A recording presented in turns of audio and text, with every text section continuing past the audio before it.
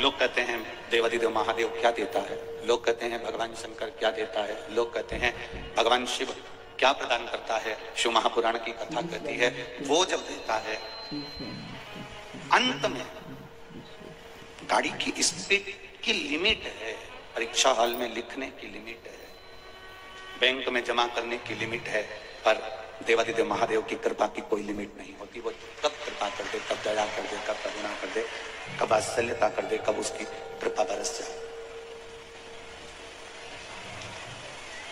आप विश्वास के साथ में कथा को सुन रहे हो, आप भरोसे के साथ कथा का स्मरण कर रहे हो, आप भरोसे के साथ कथा को सुनने बैठे हो, और जितने भरोसे के साथ आप सुनोगे, जितने विश्वास के साथ आप उसको श्रवण करोगे, उतने विश्वास के साथ वो आपकी झोली भरने के लिए आतुर रहेगा। आप करते करते मनुष्य नहीं थकता, और कृपा करते करते मेरा काल अधिपति महाकाल नहीं थकता। कितना पाप कर रहे हैं,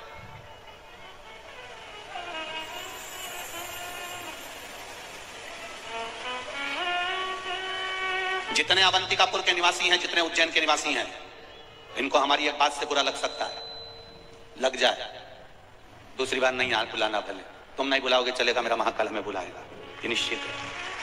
अवंतिकापुर वासियों को, काशी में रहने वालों को, सोमनाथ में रहने वालों को, ओमकारेश्वर में रहने वालों को, मल्लिकार्जुन में रहने वालों को, केदारेश्वर में रहने वालों को, भीमाशंकर में रहने वालों को, वैद्यनाथ में रहने वालों को, नागेश्वर में रहने वालों को, जितने जितने रामेश्वर में रहने वाले, जितने हमारे ज्योतिर्लिंग हैं, इन ज्योतिर्लिंग में जितने लोग निवास करते हैं, अपना घर बनाकर रहते हैं, अपना व्यापार करते हैं, वो चाहे किसी धर्म का हो, किसी वर्ण का हो, किसी समाज का हो, किसी भी धर्म का हो, अगर वो किसी तीर्थ में निवास कर रहा है तो उस तीर्थ का जो भगवान है, उस तीर्थ का जो देवता है, उस तीर्थ के देवता का भले वो दर्शन करने ना जाए, परंतु उसके शिखर का दर्शन प्रतिदिन करना चाहिए। मंदिर में भीड़ है, हम नहीं जाएंगे, आज शिवरात्रि है, नाग पंचमी है, आज ये सावन का महीना है, अरे मंदिर में भीड़ है, हम नहीं जाएंगे, पत्नी गिरी भीड़ है, हम नहीं जाएंगे, बच्चे मेरे भीड़ है, हम नहीं जाएंगे। घर में अवंतिकापुर में निवास करने वाले के घर में ये नियम होना चाहिए कि प्रतिदिन हम रोज पाप करते हैं। दुनिया का व्यक्ति किसी दूसरी जगह पर झूठ और पाप करता है, उसको भोगना पड़ता है, केवल एक महादेव का दर्शन कर या उसके शिखर का दर्शन कर हमारा पूरा पाप उसी दिन धुल जाता है। रोज भोजन जरूरी है, उसी तरह रोज शिखर का दर्शन जरूरी है। शिखर का दर्शन रोज जरूरी है, प्रतिदिन। दुकान, घर का यदि एक व्यक्ति भी जिस जिस तीर्थ में रहता है, उस तीर्थ का जो मालिक है, उसकी रोड के सामने से भी अगर घर का कोई व्यक्ति निकल कर चले जाए, तो जो भक्त चलते हैं ना, उनके चरण की रज भी उसके कपड़े से अगर पाप समाप्त हो जाए। जो लोग कथा श्रवण करने के लिए आते हैं, पंडाल में रहते हैं, आप लोगों को देखे होंगे, कोई नोएडा कथा में आया, कोई कहीं आया, कोई कहीं आया, जहां लोग कथा सुनने आते हैं वहां पर भूमि पर दरी बिछाकर। हम ये नहीं कहेंगे कि यहाँ पंडाल में जितने लोग रह रहे हैं ये बाहर के हैं, नहीं। उज्जैन की माताएं भी, उज्जैन के लोग भी अपने घर से 7 दिन के दरी बिस्तर कपड़े लेकर यहाँ पंडाल में सो रही हैं, क्योंकि उनको मालूम है उज्जैन के लोग भी इस पंडाल के अंदर पड़े हैं, उज्जैन के लोग भी इस पंडाल के अंदर रह रहे हैं। उनके बच्चे फोन लगा कर कहते हैं, मम्मी भीड़ होते वापिस आ जाओ। नहीं नहीं, मुझे यहाँ रहना है। तो तू गई क्यों? मम्मी ने फोन लगा कर कह दिया, मुझे मालूम था सब दूर से रोड बंद हो जाएगा, बार बार इतनी दूर तो छोड़ने भी नहीं आएगा, इसलिए मैंने दरी कम्बल सब लेके आ गई। 7 दिन पड़ी ने कथा सुनी, बस यही आना है। और जो मैडम होन थी वो बाद में आती हैं और पीछे झगड़ा करती हैं।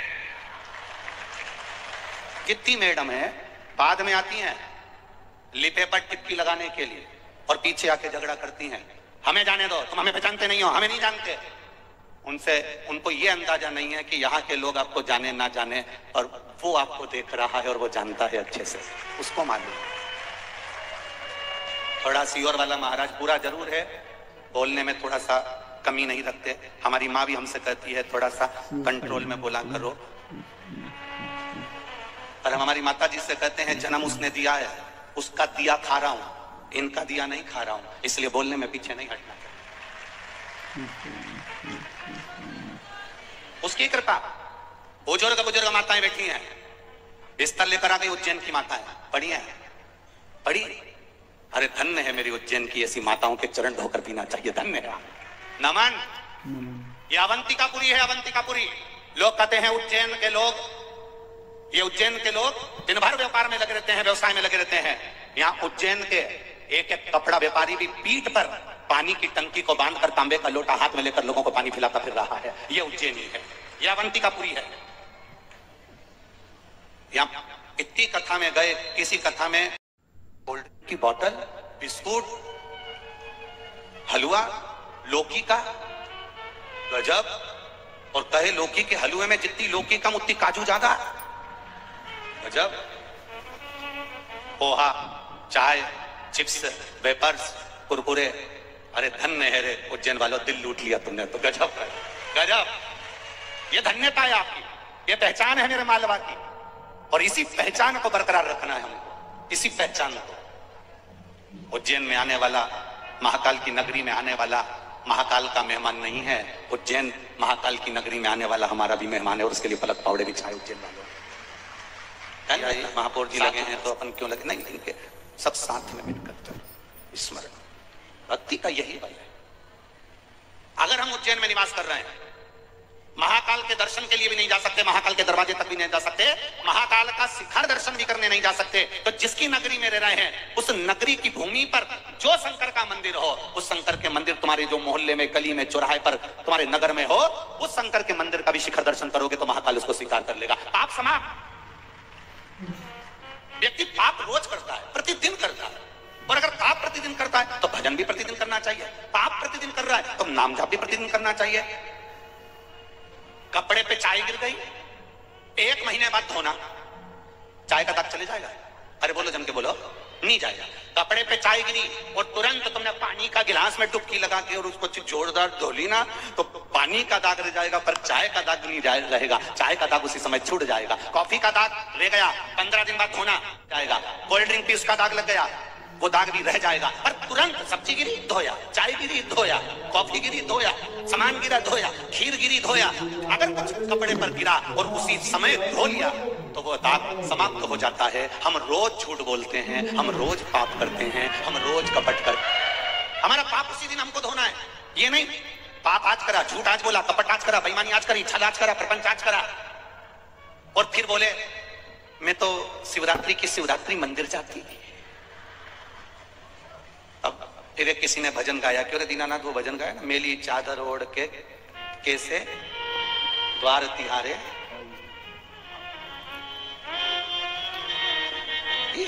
इतना दाग लग गया कि वो अब छूटे कैसे? क्यों? क्योंकि ये कह रही थी मैं तो शिवरात्रि शिवरात्रि जाती, कोई कह रही थी मैं सोमवार सोमवार जाती, कोई कह मैं नागपंचमी पे जाती, कोई कह मैं अष्टमी पे जाती, कोई कह मैं भगवान की जब साई सवारी निकलती तब जाती, कोई कह मैं जब जाती। जरा विचार करिएगा, स्मरण करिएगा, अपने भीतर बुद्धि में उतारिएगा। चाय गिर गई, 1 हफ्ते बाद धोगे दाग पड़ा रह जाएगा। कॉफी गिर गई, 1 हफ्ते बाद धोगे दाग पड़ा रह जाएगा। खीर गिर गई, 1 हफ्ते बाद धोगे दाग पड़ा रह जाएगा। और उसी दिन अगर धो लोगे तो दाग धुल जाएगा। इसलिए रोज झूठ बोलते हो, रोज पाप होता है। मनुष्य शरीर से प्रतिदिन पाप होता है। श्रीमद् भागवत में तो 4 स्थान पाप के बता दिए।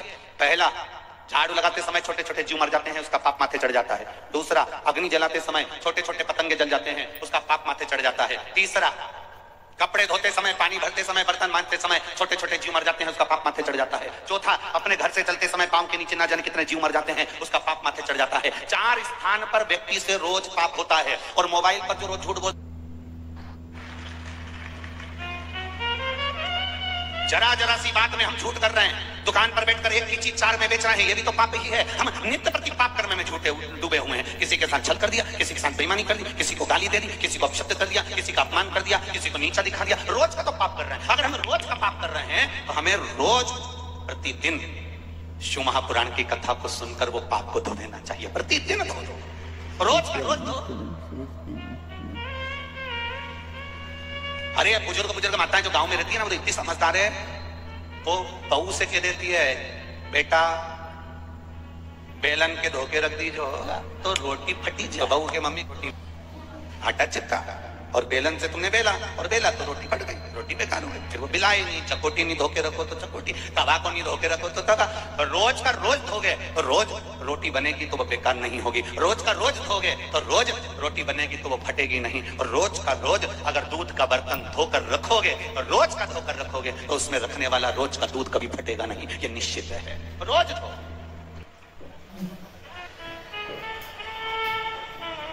कई लोग कहते हैं कि हम महादेव के मंदिर जाते हैं, हम शिव जी के मंदिर जाते हैं, हम भगवान के मंदिर जाते हैं, तो क्या भगवान हमको देखता है? क्या भगवान हमको देखता है? शिव महापुराण की कथा कहती है,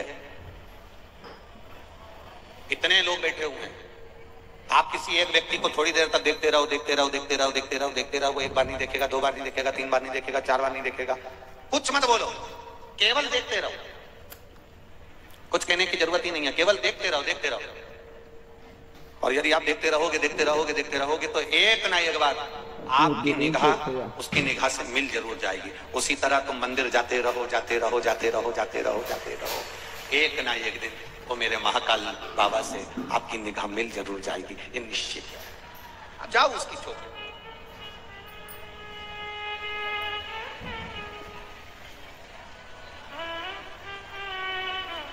अपने चित्त को उससे जोड़ने का प्रयास करें। कितना भय दिया, कितना डराया तो भी पार्वती जी मानी नहीं। आखिरी में शिव जी को माता पार्वती ने अपना बनाया। समय आया, पुत्र षडानंद कार्तिकेय जी का अवतार गंगा जी के जल से प्रागट्यता हो गई। और षडानंद कार्तिकेय जी का अवतार जब गंगा जी के जल से प्रागट्यता हुई, तारकासुर को मारना है। ये तारकासुर कोई साधारण सा नहीं है महाराज। पहले भी कथा में कहा, आज फिर कह रहा है, शिव जी का विरोध किसी से नहीं है, शंकर भगवान का कोई दुश्मन नहीं है। इंद्र के दुश्मन हो सकते हैं, 33 कोटि देवी देवताओं के दुश्मन हो सकते हैं, पर मेरे महादेव का कोई दुश्मन नहीं है। अंधकासुर, तारकासुर, भस्मासुर, इन असुरों का संवाद निकाल कर देखिए, एक एक असुर की बात निकाल कर देखिए। श्री शिवाय नमस्तुभ्यम। हर हर महादेव। पूज्य प्रदीप मिश्रा जी ने आज कथा में बहुत अच्छी बातें बताई हैं। और पूज्य प्रदीप मिश्रा जी ने बताया है कि हम जो भी पाप करते हैं उसे हमें उसी दिन साफ कर लेना चाहिए। जैसे हर रोज़ हम तवे को, परात को या बेलन को साफ करते हैं, उसी तरह से अपने पाप भगवान शिव की पूजा करके साफ कर लेने चाहिए। पूज्य प्रदीप मिश्रा जी की कथा और उपाय बहुत ही अच्छे होते हैं। अगर आपको भी पूज्य प्रदीप मिश्रा जी की कथा और उपाय अच्छे लगते हैं और आप करना चाहते हैं तो प्लीज़ मेरे चैनल को लाइक, कमेंट और शेयर ज़रूर कीजिएगा। पूज्य प्रदीप मिश्रा जी बहुत ही अच्छे उपाय बताते हैं। श्री शिवाय नमस्तुभ्यम। हर हर महादेव। लेकिन उससे पहले मेरे चैनल को फॉलो ज़रूर करिएगा ताकि अगले वीडियो की नोटिफिकेशन आप तक आ सके। श्री शिवाय नमस्तुभ्यम।